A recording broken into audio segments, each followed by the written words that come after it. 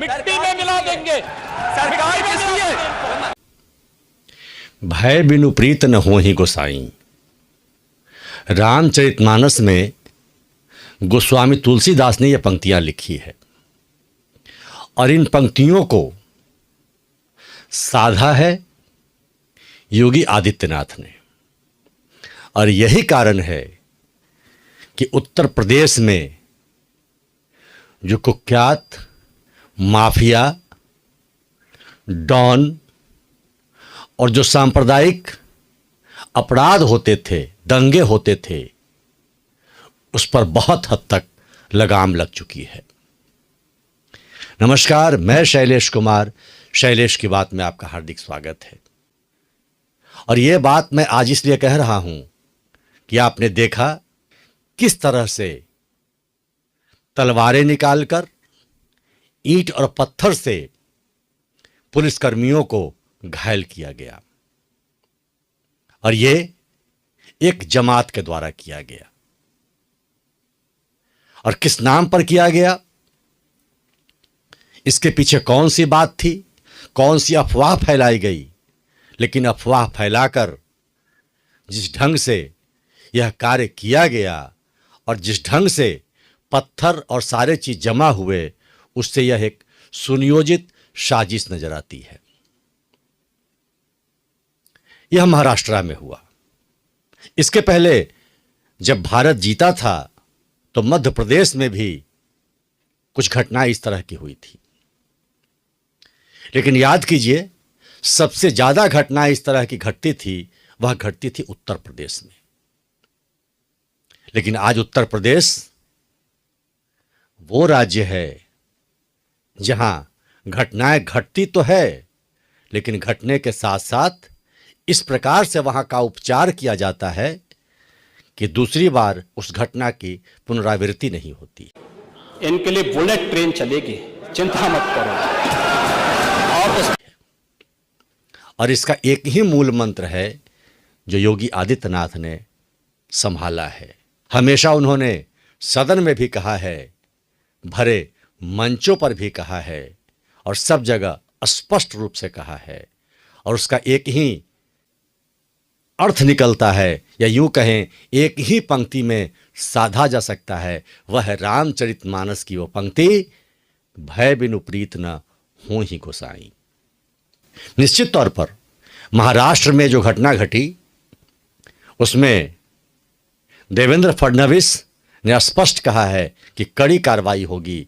कई घरों को चिन्हित भी किया गया है, कई जो तोड़फोड़ करने वाले हैं उनकी धरपकड़ भी हुई है।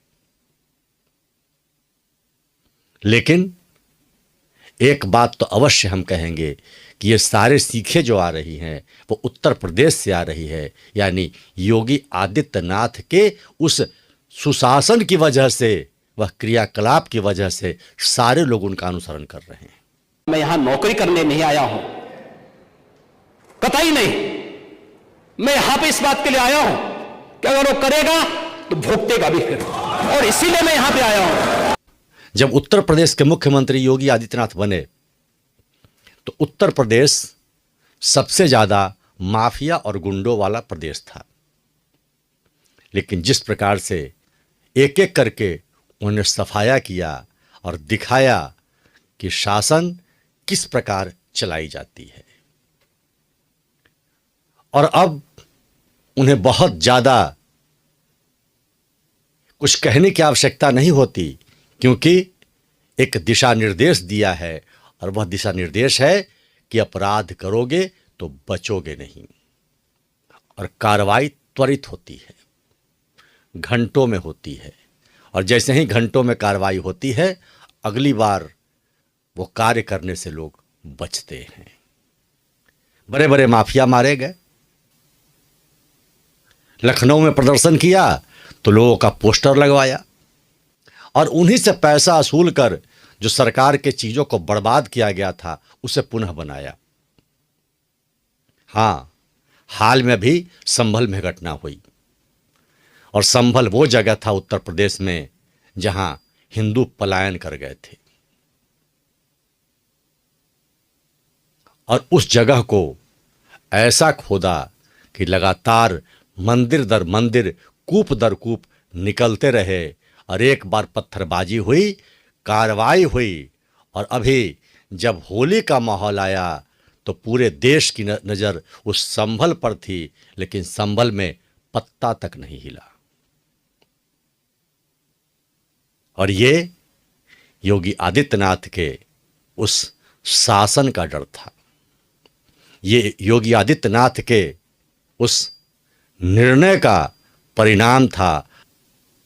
और सब लोग होली भी खेलते दिखाई दिए और बहुत आराम से सर झुकाए नमाज के लिए भी जुम्मा के दिन अपने अपने मस्जिदों की ओर गए।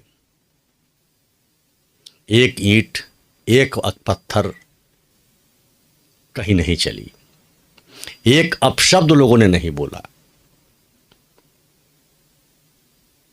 और आज जब कहीं कोई बात होती है धार्मिक उन्माद की, तो भारत में तो कहीं कहीं वो दिख जाता है, लेकिन उत्तर प्रदेश में लोग करने से पहले कई बार सोचते हैं,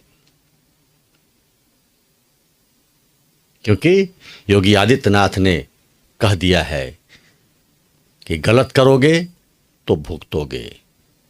और एक बार गुस्से में उन्होंने कहा था, कब्र खोद के गाड़ देंगे, मिट्टी में मिला देंगे। सरकार किसकी? इतना स्पष्ट और फिर गाड़ दिया जाना, यह दिखाता है कि भय क्या होता है। तो रामचरितमानस हमें संवेदना भी सिखाता है, धर्म भी सिखाता है, और साथ साथ यह भी दिखाता है कि राजा कैसा होना चाहिए और राज्य कैसा होना चाहिए और वहाँ की व्यवस्था कैसी होनी चाहिए। इसीलिए गोस्वामी तुलसीदास ने लिखा है, भय बिनु प्रीत न होहि गोसाई।